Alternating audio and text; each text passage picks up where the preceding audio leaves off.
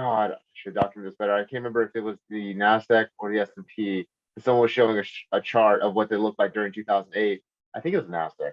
What it looked like during the 2007 2008 crisis and what's happening now, and it's just mirroring itself again. And it's kind of Mm-hmm. wild to see that. Um, like a lot of people always talk about like technical versus fundamental analysis and whatnot. And Mm-hmm. I think in the world before fundamental analysis made sense, but now technical analysis seems to be it because the cycles really continue and just Mm-hmm. repeat over and over and over. It's kind It of wild when you really see it.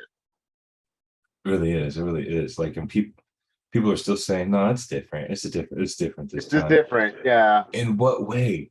The Right. same exact shit is happening. Mm-hmm. Ridiculous housing bubble.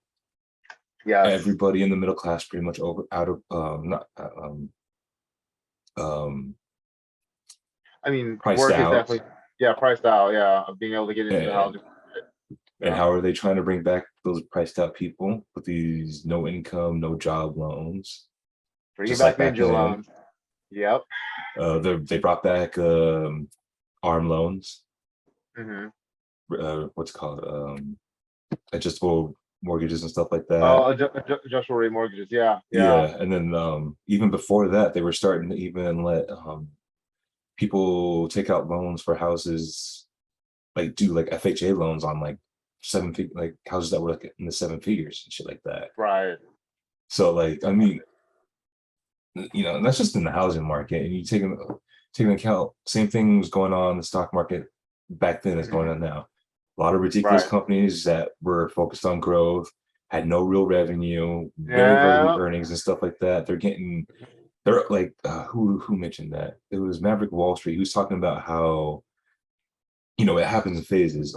He was saying some economist was talking about it, but basically how this market crash is going to happen is in phases. First, you have the bullshit companies. They get weeded out. They basically Right. like the SPAC companies and companies that were bought Right. in that made Right. it through SPAC companies and shit like that.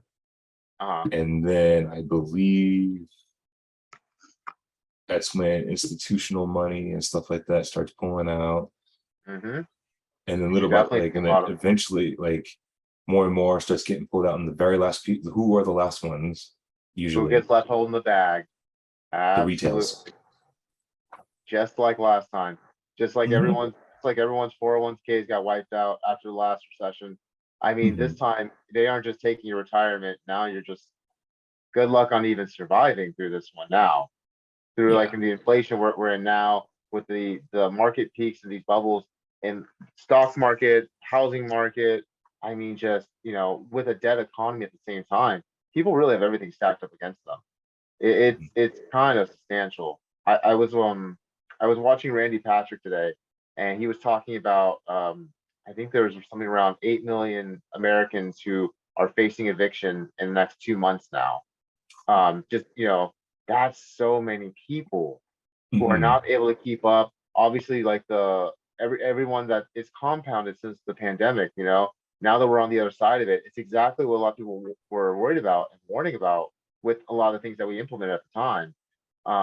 Now we're having the fallback. Now we're having the mass, people who aren't going to have living situations. The landlords too, I have some little sympathy for because a lot of them just got the system continued for them, and then the people weren't paying rent, and then their cash flow is interrupted.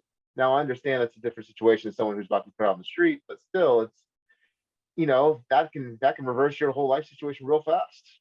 Hmm. Oh yeah, because there are a lot of people who rely on that rental income Right. to like.